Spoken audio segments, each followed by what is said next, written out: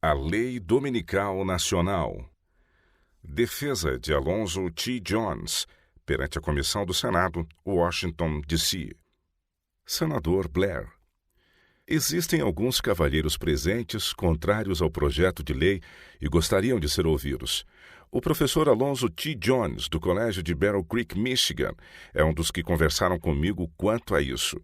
Você gostaria de apresentar-nos, professor Jones, qual é a sua petição? Não tenho dúvidas de que nós podemos obter permissão do Senado para explanar o assunto durante a sessão de hoje. Queremos muito seguir em frente com esta audiência e completá-la agora. Como poderíamos fazer um arranjo para adaptar-se às suas conveniências? Primeiro declare, por favor, quem você representa e as razões que o levaram a desejar ser ouvido. Senhor Jones. Senhor presidente, eu represento as pessoas conhecidas como adventistas do sétimo dia. E a verdade é que temos sido completamente ignorados pelo outro lado. A pequeníssima seita, como eles declararam, dos batistas do sétimo dia, foi reconhecida, mas temos 3 vezes mais membros do que eles e uma influência muitas vezes maior mediante o trabalho que realizamos. Temos organizações em cada estado e território do país. Temos a maior casa publicadora de Michigan, a maior casa publicadora de toda a costa do Pacífico, o maior sanatório do mundo, uma faculdade na Califórnia e outra em Michigan, um colégio de ensino médio em Massachusetts, um estabelecimento gráfico em Basel, Suíça, outro em Christiana, Noruega e uma em Melbourne, Austrália. Nosso trabalho missionário tem crescido de tal forma que já alcançamos a maior parte da Europa e se estende rapidamente ao redor do mundo. Desejamos uma audiência com consentimento da comissão. Senador Blair. Onde você reside? Senhor Jones.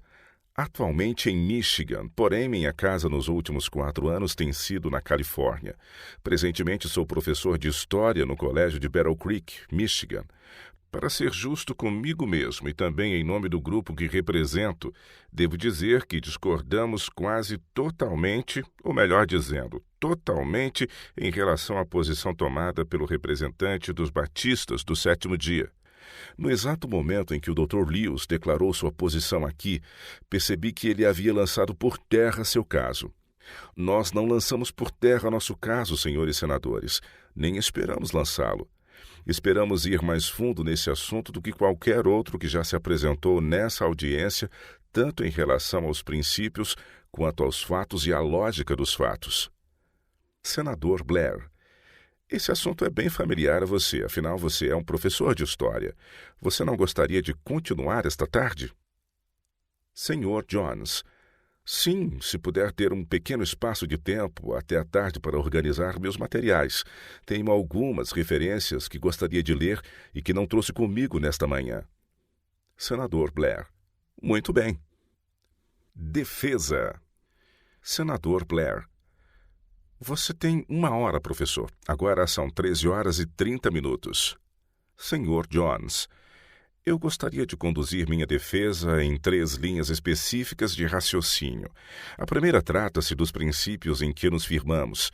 A segunda tem que ver com a visão histórica e a terceira lida com o aspecto prático da questão.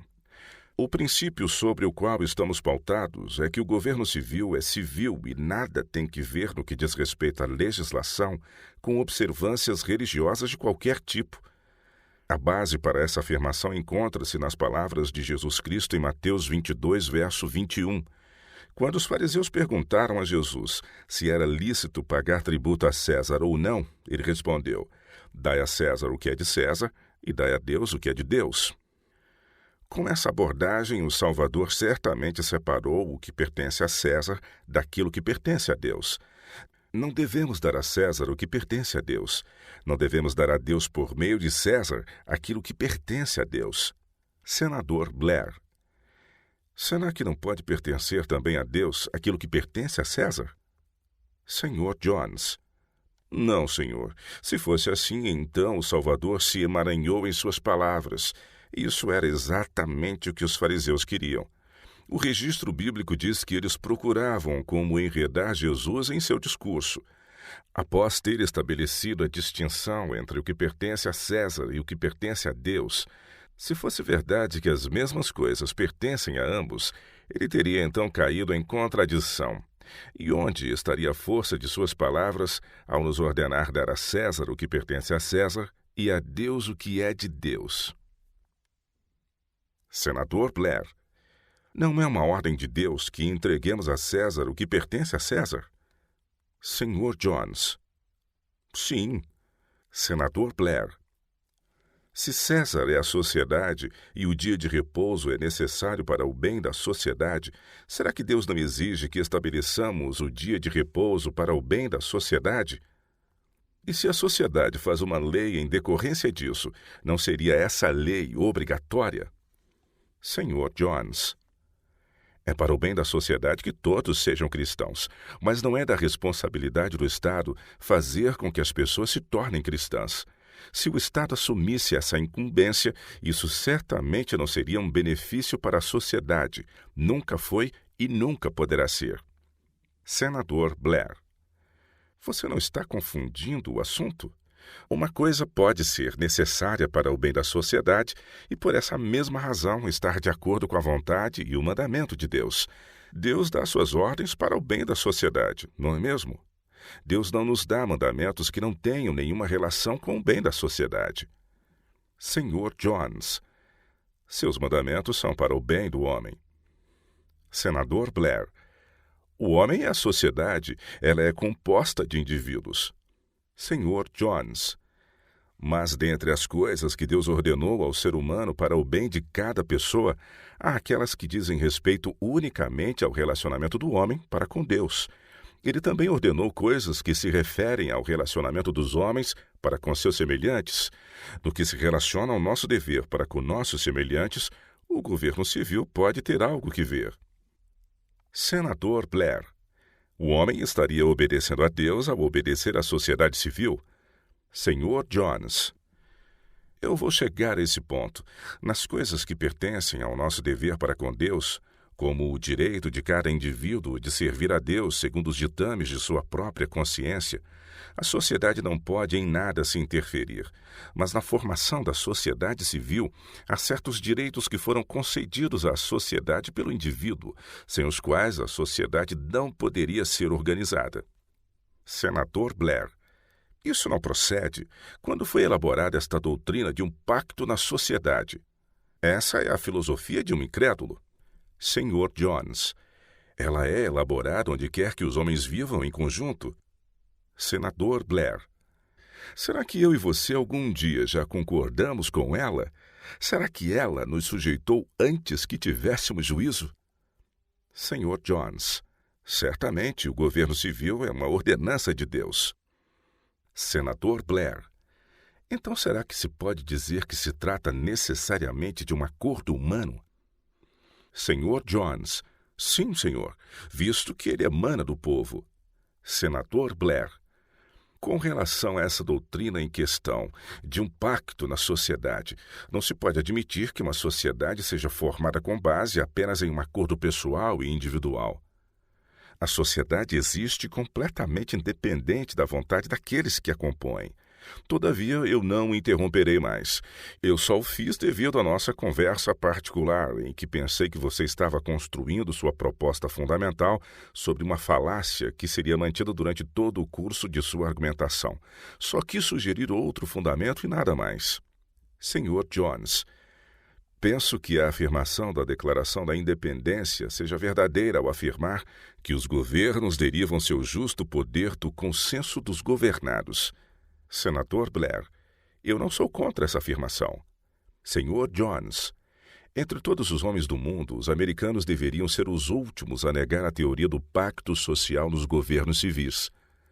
A bordo do navio Mayflower, antes de os pais peregrinos chegarem a essas praias, as seguintes palavras estavam registradas: Em nome de Deus, amém.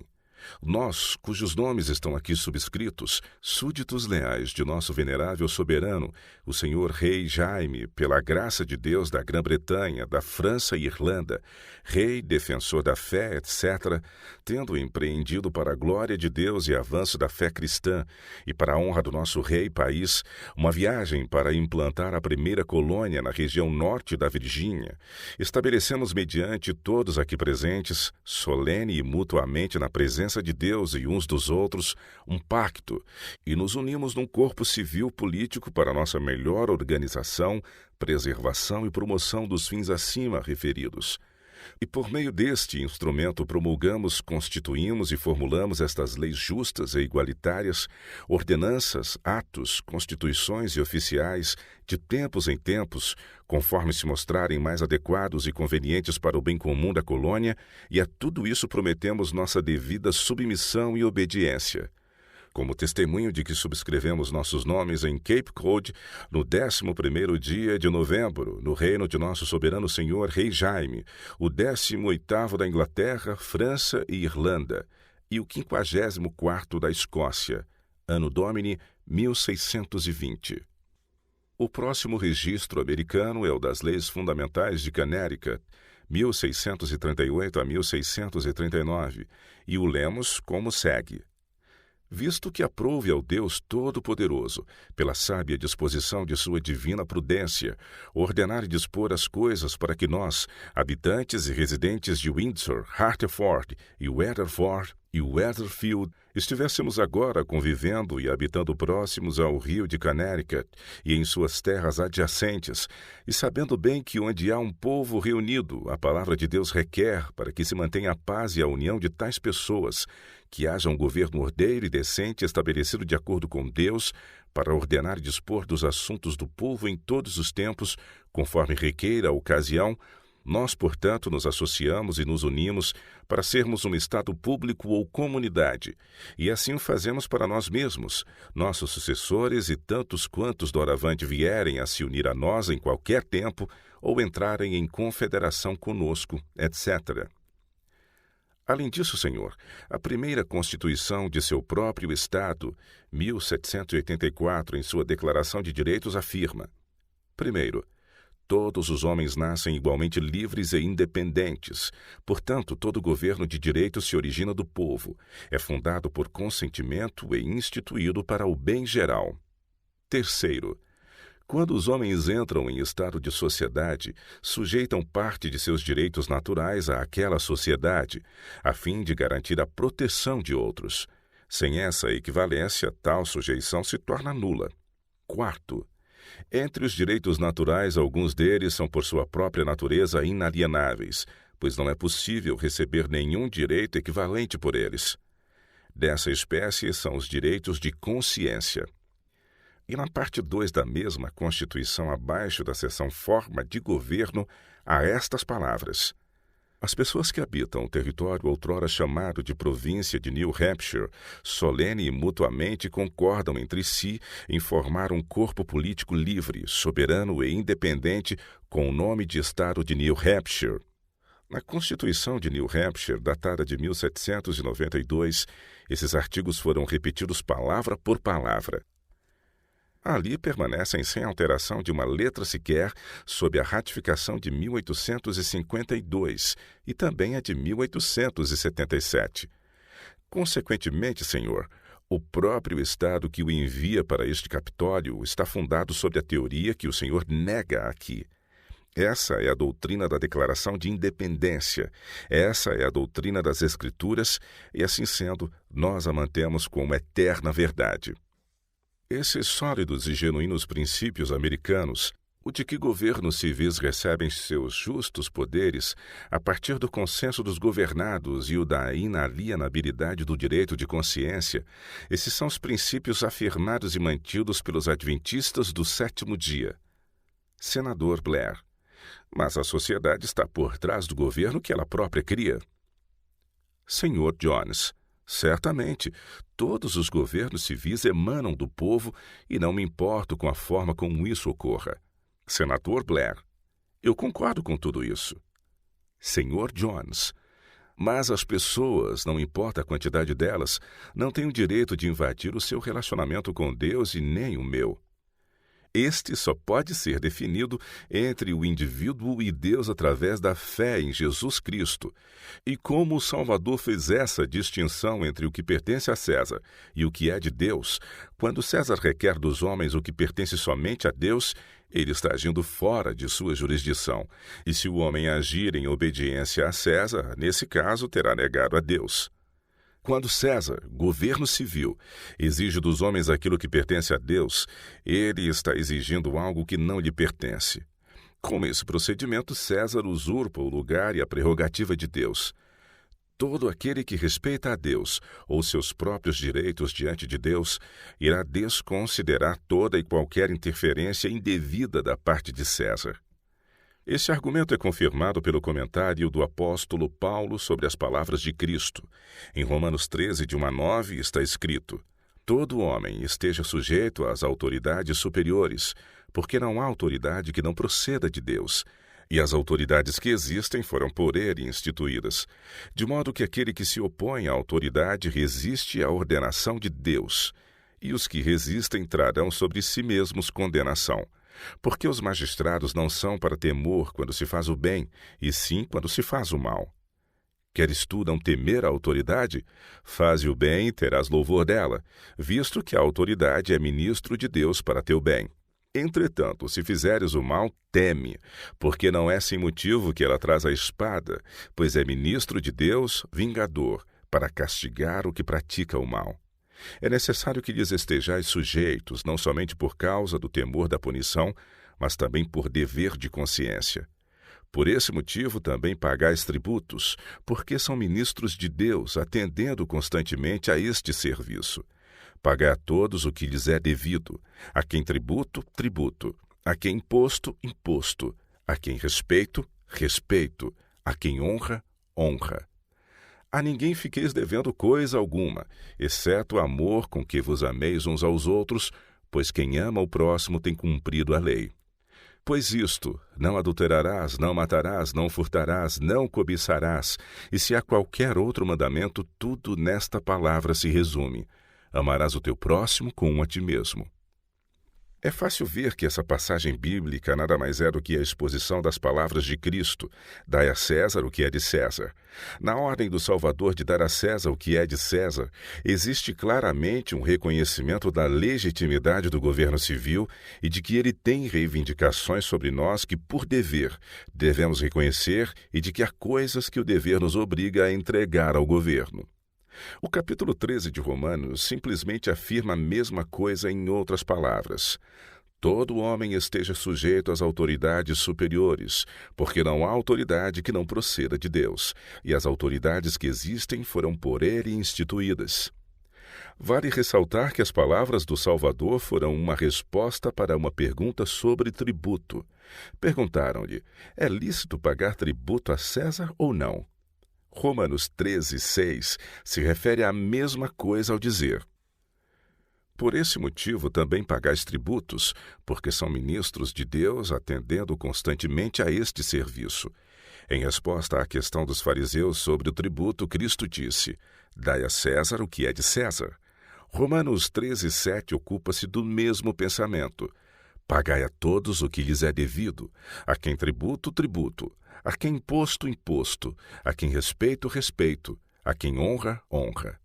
Essas referências se harmonizam com o que já declaramos, que essa porção das Escrituras, Romanos 13, de 1 a 9, é um comentário divino sobre as palavras de Cristo em Mateus 22, de 17 a 21.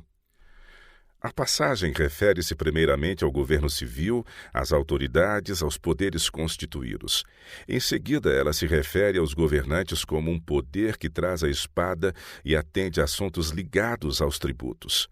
Então vem a ordenança de pagar tributo a quem é devido, seguida desta admoestação: a ninguém fiqueis devendo coisa alguma, exceto o amor com que vos ameis uns aos outros, pois quem ama o próximo tem cumprido a lei. Em seguida, ele faz menção do 6º, 7º, 8º, 9º e 10º mandamentos e acrescenta: e se há qualquer outro mandamento, tudo nesta palavra se resume: amarás o teu próximo como a ti mesmo. Há outros mandamentos nessa mesma lei a que Paulo se refere. Há mais 4 mandamentos na primeira tábua da lei, mandamentos que dizem: não terás outros deuses diante de mim, não farás para ti imagem de escultura, não tomarás o nome do Senhor teu Deus em vão. Lembra-te do dia do sábado para o santificar.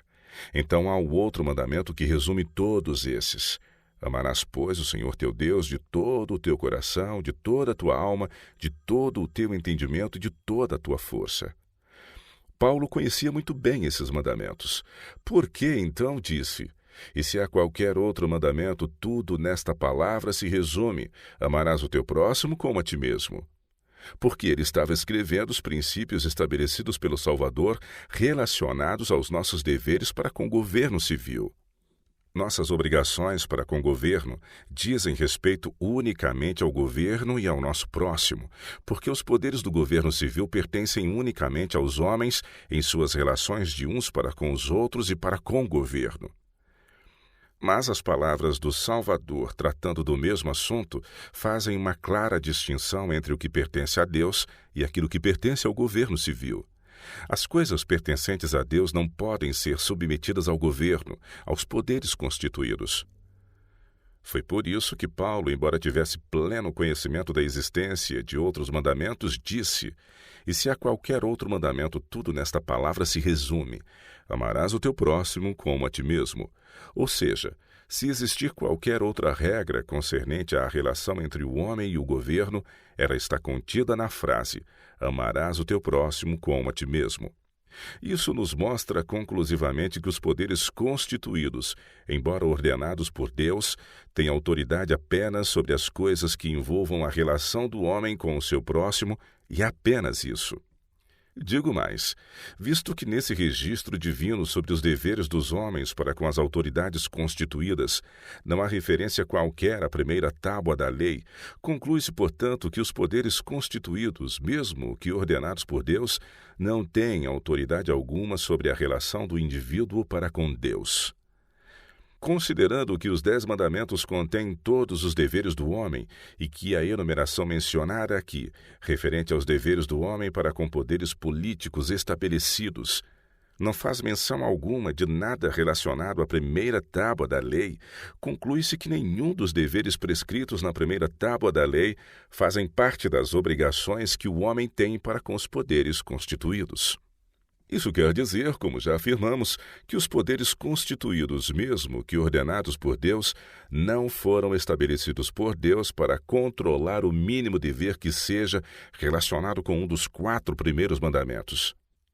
Esses são deveres do homem para com Deus, e com esses deveres os poderes constituídos não têm nenhum direito de se envolver, pois Cristo ordenou que o ser humano desse a Deus, não a César, e nem por meio de César, o que é de Deus. Por conseguinte, Paulo, quando comentou as palavras de Cristo, não mencionou os primeiros 4 mandamentos. Por isso negamos e negaremos sempre o direito de qualquer governo civil de legislar sobre qualquer coisa que pertença à relação do indivíduo com Deus, conforme delineada nos 4 primeiros mandamentos. Este projeto de lei dominical, de fato, se propõe a legislar sobre algo que envolve o dia do Senhor. Se é o dia do Senhor, temos que dar esse dia ao Senhor e não a César. Quando César o exige de nós, ele está requerendo algo que não lhe pertence e com o que não tem nada a ver. Senador Blair, sua objeção seria satisfeita se, ao invés de dizermos dia do Senhor, disséssemos domingo? Senhor Jones, não, senhor, porque o princípio subjacente ao domingo e seu único fundamento é de natureza eclesiástica, e qualquer legislação relacionada a ele constitui legislação eclesiástica. Mas lidarei de forma mais ampla com sua pergunta logo mais. Agora, não nos entendam mal nesse ponto. Somos adventistas do 7º dia, mas se esse decreto fosse a favor da obrigatoriedade da observância do 7º dia como o dia do Senhor, também nos oporíamos a ele tanto quanto nos opomos à forma como ele se encontra agora, pelo evidente motivo de que o governo civil não tem nada a ver com o que devemos a Deus, ou se devemos algo ou não, ou se o pagamos ou não. Permitam-me usar as palavras de Cristo novamente para enfatizar esse ponto. Naqueles tempos, a questão era sobre o tributo, se era lícito pagar tributo a César ou não. Respondendo a essa pergunta, Cristo estabeleceu o seguinte princípio: dai a César o que é de César e a Deus o que é de Deus. O dinheiro do tributo pertencia a César. Sua imagem e inscrição estavam nas moedas, portanto, este devia ser entregue a ele. Agora, nossa discussão tem que ver com a observância do dia de repouso, seja ele o sábado ou o domingo. E cabe aqui colocar uma pergunta não somente legítima, mas necessária. É lícito dar a observância do dia do Senhor a César? A resposta pode estar em suas próprias palavras. Mostrem-me o dia do Senhor. Que imagem e inscrição ele traz? Do Senhor, é claro. O próprio projeto de lei em discussão aqui hoje declara ser ele o dia do Senhor. Então as palavras de Cristo se aplicam a essa situação. Pelo fato de o dia do Senhor trazer a imagem e inscrição do Senhor, cabe a nós, portanto, dar as coisas do Senhor para o Senhor e as coisas de César para César. Ele não porta a imagem e inscrição de César. Ele não lhe pertence e a ele não deve ser dado. Novamente, vamos considerar a instituição referida pela palavra sábado. É lícito dar a observância do sábado a César ou não? Mostrem-nos o sábado. Que imagem e inscrição ele leva? O mandamento de Deus diz que ele é o sábado do Senhor teu Deus. Ele leva a imagem e a inscrição de Deus e somente dele. O sábado pertence inteiramente a ele. César nada tem que ver com o sábado, pois ele não lhe pertence. Sua observância não pode ser dada a César, mas somente a Deus, pois o mandamento diz: lembra-te do dia de sábado para o santificar. Se não for santificado, não será guardado de modo nenhum. Logo, pertencendo a Deus, portando sua inscrição e não a de César, de acordo com o mandato de Cristo, ele deve ser dado somente a Deus, pois devemos dar a Deus o que é de Deus, e o sábado é o sábado do Senhor teu Deus. Desse modo, a observância do sábado ou do dia do Senhor, como você preferir chamá-lo, jamais poderá ser dada a César. E César jamais poderá exigi-la sem exigir aquilo que pertence a Deus, ou sem se colocar no lugar de Deus, usurpando-lhe as prerrogativas. Por esse motivo, afirmamos que se este projeto de lei fosse proposto em favor do verdadeiro sábado do Senhor, o 7º dia, o dia que nós guardamos, se este projeto de lei se propusesse a promover sua observância ou convidar os homens a não trabalhar nesse dia, ainda assim seríamos positivamente contrários a ele, com a mesma determinação com que nos opomos a ele agora. E eu estaria aqui nesta mesa argumentando exatamente como estou fazendo agora, contra a observância dominical, usando do mesmo princípio estabelecido por Jesus Cristo, de que naquilo que pertence a Deus, o governo jamais terá o direito de interferir.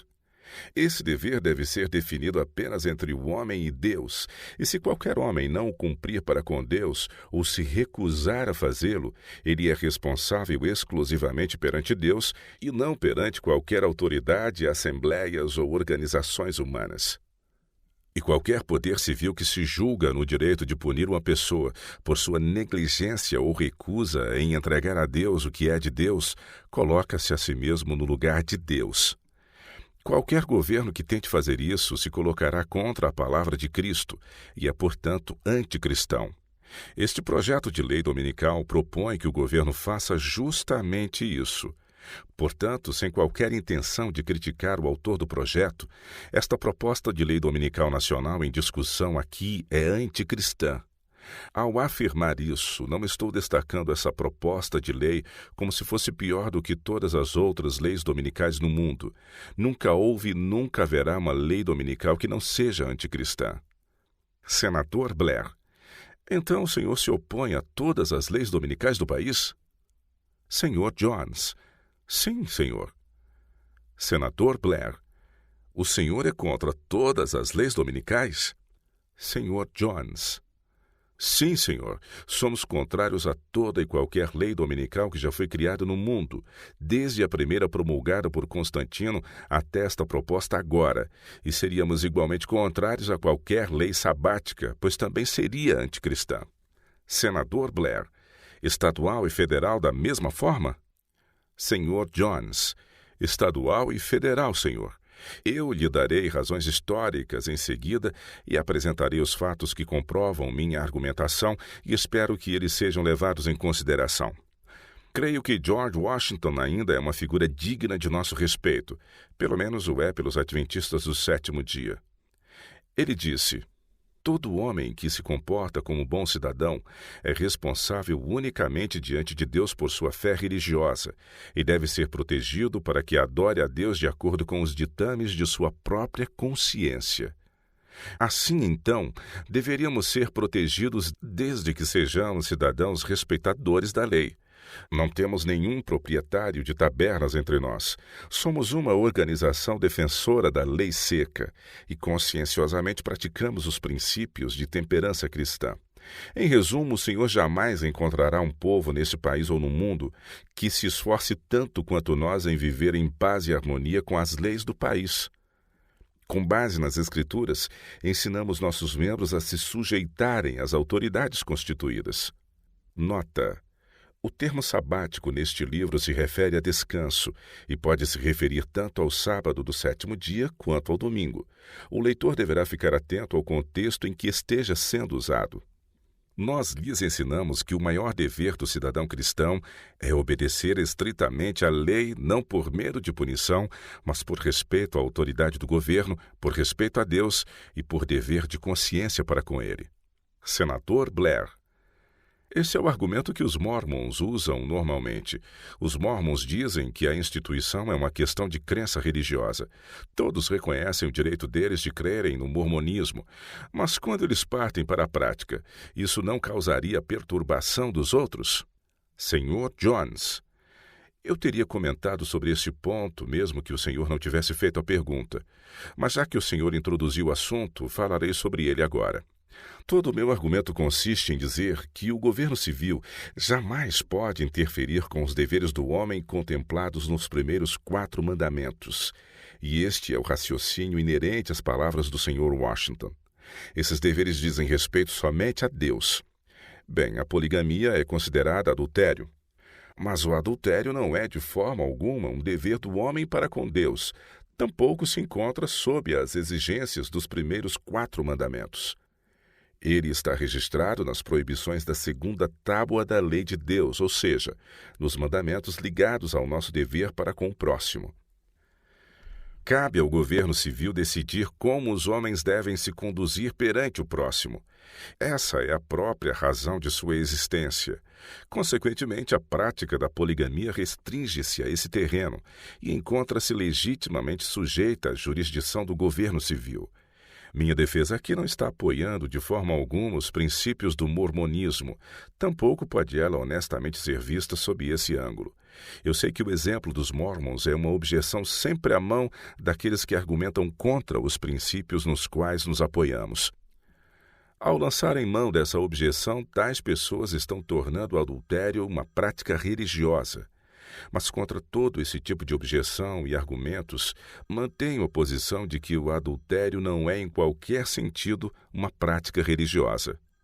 Ele não é altamente irreligioso, mas essencialmente incivil. E por ser incivil, o poder civil tem todo o direito de proscrevê-lo e puni-lo como faz com assassinatos, roubos, perjúrios ou qualquer outra ação delituosa. Além disso, negamos que atividades honestas em qualquer hora ou dia da semana possam ser adequadamente classificadas no mesmo nível do adultério. Há pessoas que acreditam em comunhão de bens nesse mundo. Vamos supor que elas baseiem seus princípios de ter todas as coisas em comum no exemplo apostólico. Muito bom. Eles têm o direito de fazer isso. Toda pessoa que vende suas propriedades e coloca o dinheiro num fundo comunitário tem o direito de fazer isso se assim preferir. Mas vamos supor que essas pessoas, ao promoverem esse princípio e reivindicarem ser ele uma ordenança religiosa, decidem, sem o seu consentimento, confiscar a sua ou a minha propriedade e integrá-la à comunidade deles. O que vai acontecer? O Estado vai proibir tal prática. Ele não vai proibir o exercício da religião deles, mas vai proteger a sua e a minha propriedade, e ao exercer sua prerrogativa de proteção, o roubo é proibido. Ao proibir o roubo, o Estado nunca pergunta se o roubo constitui uma prática religiosa. O mesmo pode ser dito à poligamia praticada entre os mórmons. Mas vamos considerar isso sobre outro aspecto. Cada ser humano neste país, ou em qualquer outro lugar, tem o direito de adorar um ídolo se ele quiser. Esse ídolo encarna as convicções dessa pessoa em relação a quem Deus é. Ele só pode adorar de acordo com suas convicções. Não importa o formato que esse ídolo tenha, a pessoa tem o direito de adorá-lo em qualquer lugar do mundo, portanto também nos Estados Unidos da América. Mas suponha que a adoração a esse Deus envolva tirar a vida de uma pessoa da comunidade e oferecê-la como sacrifício humano. O governo civil existe para a proteção da vida, da liberdade, propriedade, etc., e deve punir qualquer pessoa que atentar contra a vida do próximo. A lei civil protege a vida humana contra tal prática religiosa de quem quer que seja, mas ao punir o agressor, o Estado não considera absolutamente a filiação religiosa desse cidadão. A lei o puniria igualmente se o cidadão não tivesse pretensões de estar prestando um culto religioso. Ele é punido por seu ato de incivilidade, por assassinato, mas não por sua irreligiosidade. Repito que a questão da religião não é considerada pelo Estado. A única questão é: ameaçou ele a vida do seu próximo? O governo civil deve proteger os cidadãos. Proteger a vida está dentro da jurisdição de César e representa parte dos deveres que a Escritura ensina sobre o cuidado para com o próximo. Portanto, é um dever com o qual César tem tudo a ver. Assim, é verdade que o Estado jamais poderá, por direito, legislar a respeito da fé religiosa de quem quer que seja, ou a respeito de qualquer coisa que envolva os 4 primeiros mandamentos do Decálogo. Mas se no exercício de suas convicções religiosas relacionadas aos primeiros 4 mandamentos, um homem invade os direitos do seu próximo, como o direito à vida, família, propriedade ou posição, o governo civil dirá então que se trata de algo ilegal. Por quê? Porque é irreligioso ou imoral?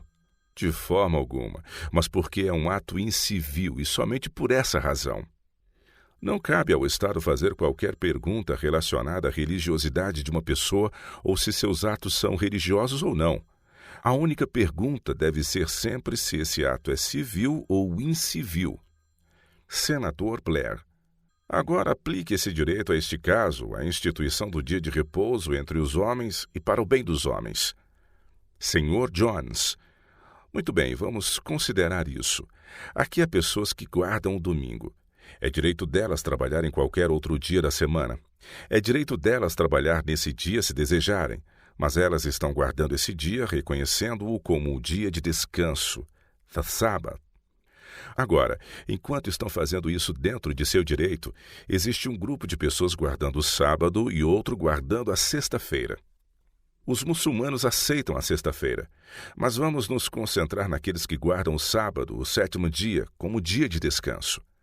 Os que guardam o domingo e que querem uma legislação em favor desse dia, pedem para que outras pessoas sejam proibidas de trabalhar no domingo porque dizem que isso perturbaria o seu descanso e adoração, etc., e que seus direitos não são protegidos de forma plena. Será que eles realmente acreditam no princípio envolvido nessa alegação? Vamos ver. Eles nunca irão admitir, até o momento não achei um que o tenha feito, que seu trabalho no sábado perturba o descanso e a adoração de alguém que descansa no sábado. Se o trabalho que fazem não perturba os que descansam no sábado ou sua adoração, então em que princípio eles se baseiam para afirmar que o nosso trabalho no domingo atrapalha o descanso daqueles que guardam esse dia? Nota 2. A palavra sábado, no original em inglês, corresponde ao termo bíblico de origem hebraica encontrado no 4º mandamento e no decorrer de todas as Escrituras, o sábado. Na cultura americana, o termo pode se referir tanto ao sábado do 7º dia, Saturday, quanto ao domingo, Sunday, o primeiro dia da semana, dependendo da convicção religiosa e teológica de cada um. Nesta tradução, na maior parte das vezes, e para evitar confusão com o sábado do 7º dia, optamos por traduzir o termo como dia de descanso, que reflete seu significado hebraico. Em outros momentos, quando a referência era nitidamente ao primeiro dia da semana, a palavra domingo foi usada. Se a referência era o sétimo dia, o termo sábado foi usado de acordo com o nome dado a esse dia em língua portuguesa. Jamais achei um sequer dentre o grupo dos observadores do domingo que admita tal princípio. Se o trabalho deles não perturba nosso descanso e adoração no sábado, não é possível que nosso trabalho venha perturbar o descanso e a adoração deles no domingo. Mais do que isso, em uma convenção geral sobre o domingo feita em São Francisco, na qual estive presente, houve uma pessoa que levantou essa questão dizendo: existem algumas pessoas, e a boa maioria delas deste estado, que não acreditam na legislação dominical e que guardam o sábado como dia de descanso. Mas, ele disse, a maioria deve prevalecer. A vasta maioria das pessoas guarda o domingo e seus direitos devem ser respeitados. Elas têm o direito de torná-lo lei. E eu me levantei e disse: suponham que os sabatistas fossem a maioria e apelassem ao legislativo, solicitando a criação de uma lei para obrigar vocês a guardar o sábado para resguardar os direitos deles. Vocês achariam isso certo? Houve um murmúrio em todo o recinto. Não. Senador Blair: com que fundamento eles disseram não? Senhor Jones: isso é o que eu gostaria de saber. Eles não foram lógicos. A resposta deles mostra que não há fundamento na justiça ou no direito que sustente a alegação de que a maioria deve ditar as regras em questão de consciência. Senador Blair: isso não procede, pelo menos não me parece proceder.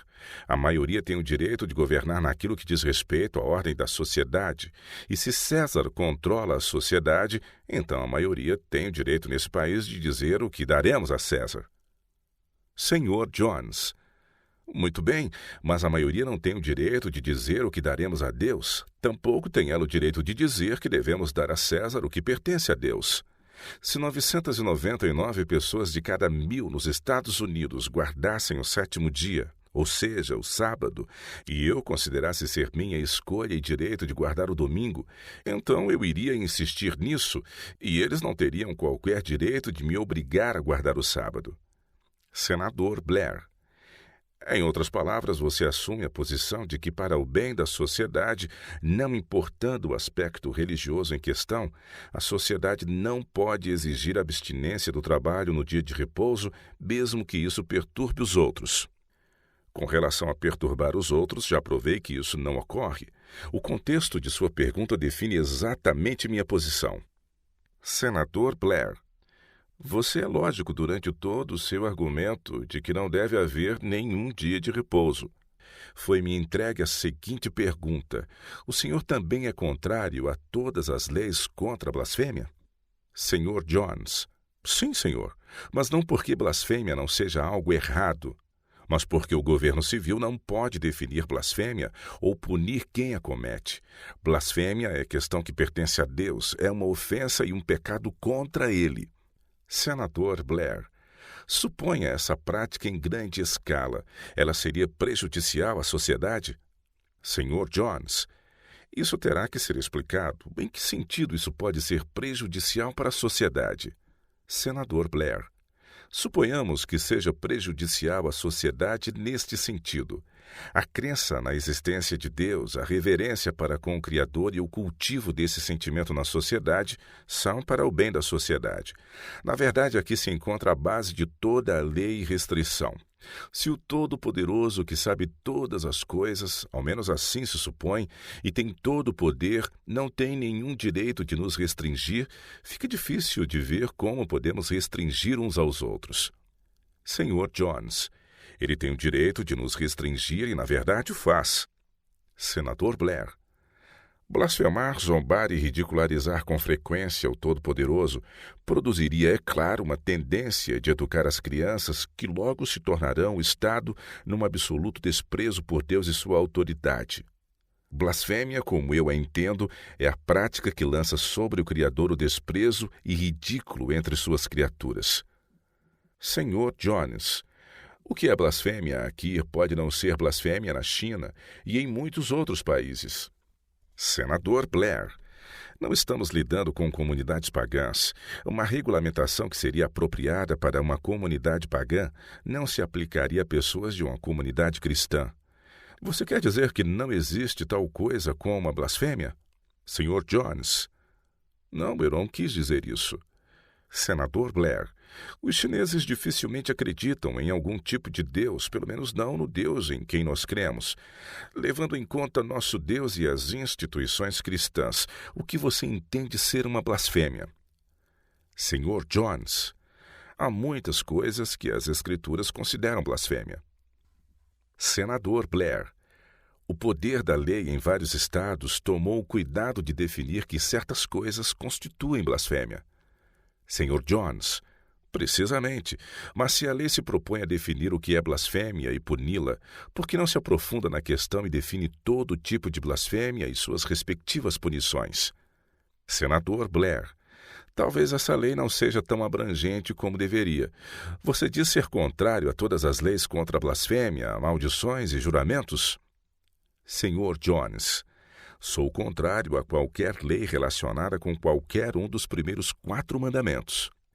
Senador Palmer, suponha que o que foi definido como blasfêmia nos estatutos dos vários estados viesse a depreciar a observância da lei e o respeito a ela.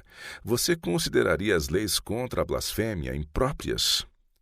Sr. Jones, sob o princípio exposto pelas Escrituras, nenhuma legislação, seja ela qual for, pode ser apropriada se o seu objetivo é interferir na guarda dos primeiros 4 mandamentos.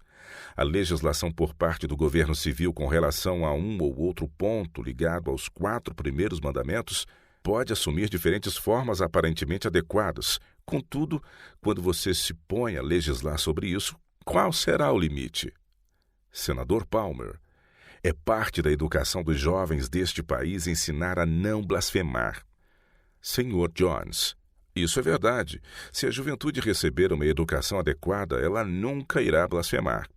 Senador Palmer, aprovamos leis em prol da educação dos jovens. A questão aqui é se a abstenção da blasfêmia não poderia ser incluída no escopo da educação. Considere isso nessa perspectiva. Sr. Jones, idolatria e cobiça é idolatria. Não é nada mais do que a quebra do primeiro mandamento. Não terás outros deuses diante de mim. E se o Estado pode proibir a quebra do 3º e do 4º mandamento, por que não poderia proibir a quebra do 1º e do 2º e, nesse caso, substituir a Deus de imediato e estabelecer uma teocracia terrestre? Esse é o único resultado lógico. Senador Blair, cobiça é um estado da mente, mas quando a cobiça se transforma no ato de roubar, apropriando-se das coisas alheias sem a devida compensação, então a lei interfere. Sr. Jones, certamente. Senador Palmer, existe uma contaminação na blasfêmia ou na cobiça. Por exemplo, se um homem cobiçoso infectasse toda a vizinhança com sua cobiça, de modo que todos se tornassem ladrões, então a cobiça seria um assunto de legislação. Sr. Jones, nunca. Você proíbe o roubo, não a cobiça. Você não pode invadir a condição da mente onde a cobiça habita. Senador Blair, não dissemos que devemos invadir a condição da mente, mas sim que a sociedade tem o direito de fazer regulamentos, porque esses são essenciais para o bem da sociedade. A sociedade, pela maioria de votos, estabelece um regulamento e devemos obedecer ao que foi decidido pela maioria.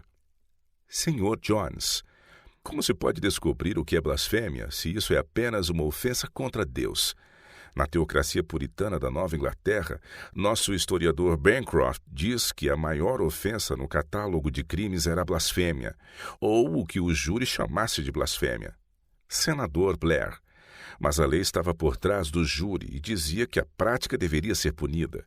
Se um júri de 12 homens dissesse que um homem havia claramente cometido o ato, então a prática poderia ser punida.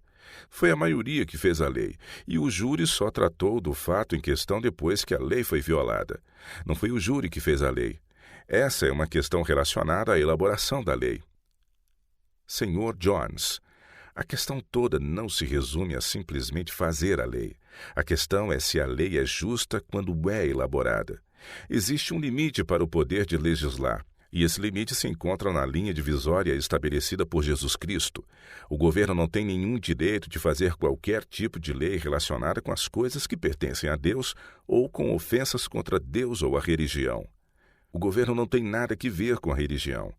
Esta é a definição de blasfêmia de acordo com o juiz Cooley em seu livro Limitações Constitucionais. É o uso proposital de palavras concernentes ao Ser Supremo, calculadas e designadas a prejudicar e destruir a reverência, respeito e confiança devidos a Ele como Criador inteligente, governador e juiz de todo o mundo. Deve existir uma motivação maléfica, deve existir uma tentativa deliberada e maliciosa voltada para diminuir a reverência dos homens para com a divindade ou para com a religião aceita.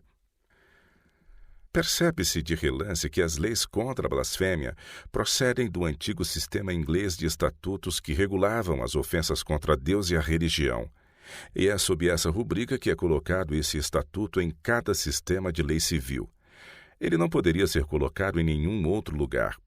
Mas ofensas contra Deus devem ser retribuídas somente pelo tribunal divino. Tudo que se refere à religião ou ofensas contra ela, o poder civil não tem nada o que fazer. É uma perversão das funções do governo civil o fato de ele ter se tornado um participante ativo em controvérsias religiosas. Ele terá amplo exercício de seus poderes e de sua jurisdição, na tentativa de manter civis os contendores religiosos e outros mais, sem jamais se permitir tornar-se partidário em conflitos religiosos ou assumir o cargo de defensor de dogmas religiosos. Mas, de acordo com a definição de juiz Cooley, a blasfêmia é uma tentativa de diminuir a reverência que uma pessoa tem não apenas para com a divindade, mas para com a religião aceita também. No entanto, qualquer pessoa neste vasto mundo tem o direito de diminuir a reverência de outras pessoas para com a religião aceita ou adotada se ele achar que ela é errada.